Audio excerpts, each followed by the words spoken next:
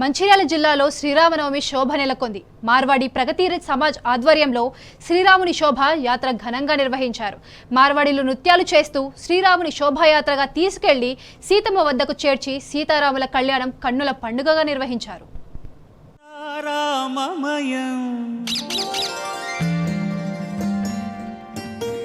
ఈ జగమంతా రామమయం, రామ రామ రామ రామ రామ రామ రామ రామ రామ రామ రామ రామ రామ రామ రామ రామ రామ రామ రామ అంతా రామమయం, ఈ జగమంతా రామమయం, అంతా రామమయం, ఈ జగమంతా రామమయం, అంతా రామమయం.